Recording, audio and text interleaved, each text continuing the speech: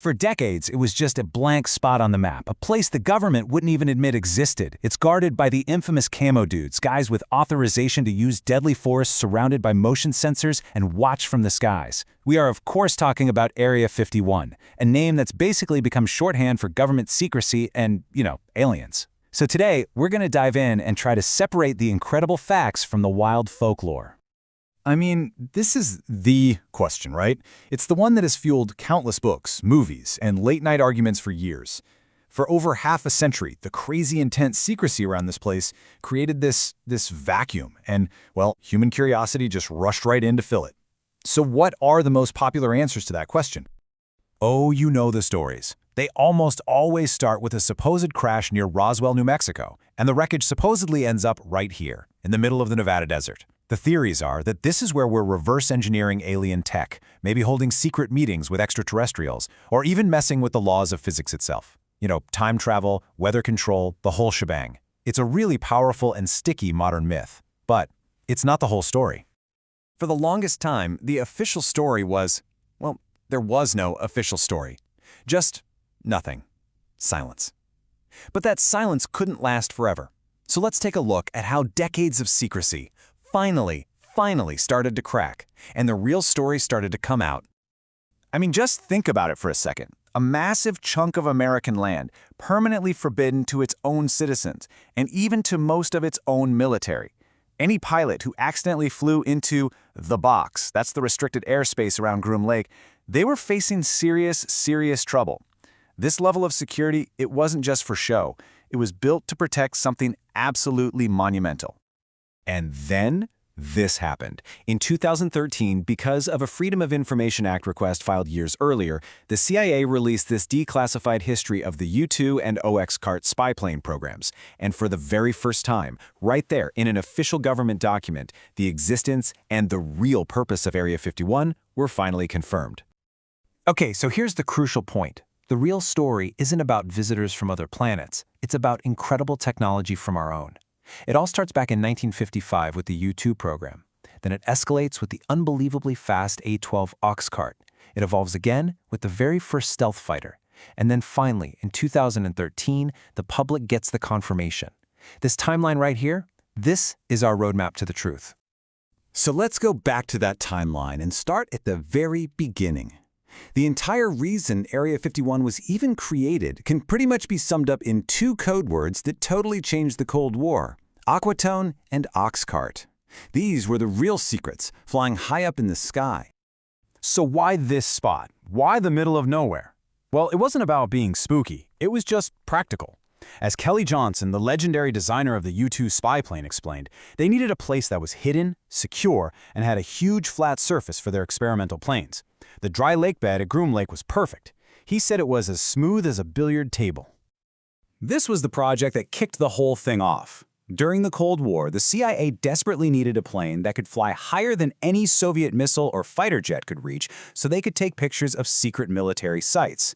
The U-2 was that plane, Project Aquatone was its code name, and to build and test it, they built a secret base they nicknamed Paradise Ranch, or more simply, the Ranch. And as the technology got crazier, the base grew right along with it. If the U-2 program built the ranch, the A-12 OXCART program basically turned it into a small city. They doubled the runway and built facilities for over 1,000 people. And the technology took a quantum leap. The U-2 flew high, sure, but the A-12 OXCART flew high and impossibly fast, with an early version of anti-radar stealth design. To put this number in perspective, back in the 1950s, commercial airliners were flying below 20,000 feet. Even military jets usually topped out around 40,000. So the U-2 was operating at over 60,000 feet in a place that was basically near space. And this is where the story gets really interesting, where the line between top-secret reality and UFO fantasy just starts to completely blur. The mission at Area 51 kept evolving. After the high-flying spy planes, the base became the testing ground for the next big jump in aviation, stealth. But at the same time, it was also home to a very different kind of secret project, one that involved what you might call the real alien craft of our story. This created a really fascinating situation. On one hand, you've got projects like Have Blue, this bizarrely shaped plane which first flew in '77, proved that you could make an aircraft nearly invisible to radar, and it led directly to the F-117 Nighthawk stealth fighter. And then, on the other hand, you had this equally secret mission. Get your hands on the enemy's best tech, specifically Soviet MiG fighter jets, and learn how to beat them. So this brings us right back to the central question. After all this, were there actually unidentified, non-human alien craft being tested out there in the Nevada desert? And right here, this is the brilliant twist at the heart of the entire Area 51 story. The answer is yes, there were alien craft. But the aliens weren't from another planet, they were from the other side of the Iron Curtain. Area 51 was America's secret playground for flying captured Soviet aircraft. Take a program called Project Have Donut. In 1966, an Iraqi pilot defected with his MiG-21, which was one of the most feared Soviet fighters of the time. That jet was secretly brought to Groom Lake, and the goal? To pit America's best pilots in their F-4 Phantoms against the real thing and figure out all its secrets before they ever had to meet one in actual combat. And what they learned was absolutely critical. The MiG-21 was incredibly nimble at low speeds, a deadly knife fighter up close. The F-4, though, had pure, raw power. So the crucial takeaway for American pilots was, whatever you do, avoid a slow-speed turning fight. They had to use their better engines to keep their speed up, attack from a distance, and then just punch the throttle and get away. These secret lessons, learned over the Nevada desert, saved American lives in the skies over Vietnam. Okay, so now we have the two key pieces of the puzzle. We've got these unprecedented, high-flying American aircraft and these captured alien Soviet jets, all operating under this thick blanket of total secrecy. I mean, this is the perfect recipe for a legend to be born. And here it is. The official admission. The CIA itself has acknowledged that once their U-2s and A-12 started flying, reports of unidentified flying objects just went through the roof.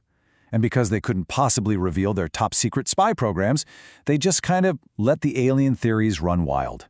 It turned out to be the perfect cover. And this breaks down exactly how it happened. Imagine you're an airline pilot in 1958. You're cruising along at 20,000 feet. You look up and you see this object, impossibly high, glowing like fire as its silver wings catch the last rays of the sun. You have no frame of reference for anything flying at 60,000 feet, so you report a UFO. And the Air Force, they can't exactly say, oh yeah, that was our top secret spy plane, so they just log the report, which only makes the mystery deeper. And look, if the U-2 caused some confusion, the A-12 OXCART was on a whole other level. This quote from a veteran of the program really says it all. The plane's shape was like nothing anyone had ever seen. Its titanium body gleamed in the sun, and it moved faster than a rifle bullet. It was, for all intents and purposes, the perfect UFO. The myth wasn't created by some hoax, it was just an accidental side effect of a reality that was stranger than fiction. And you know, the work at Area 51 didn't just stop with the F-117. The development of the next generation of secret aircraft continues there to this day. Which leads us to a final, really fascinating question. If the secret planes of the 50s and 60s created the UFO legends of that era, what are people seeing in the skies over Nevada today? And what new myths are being born right now?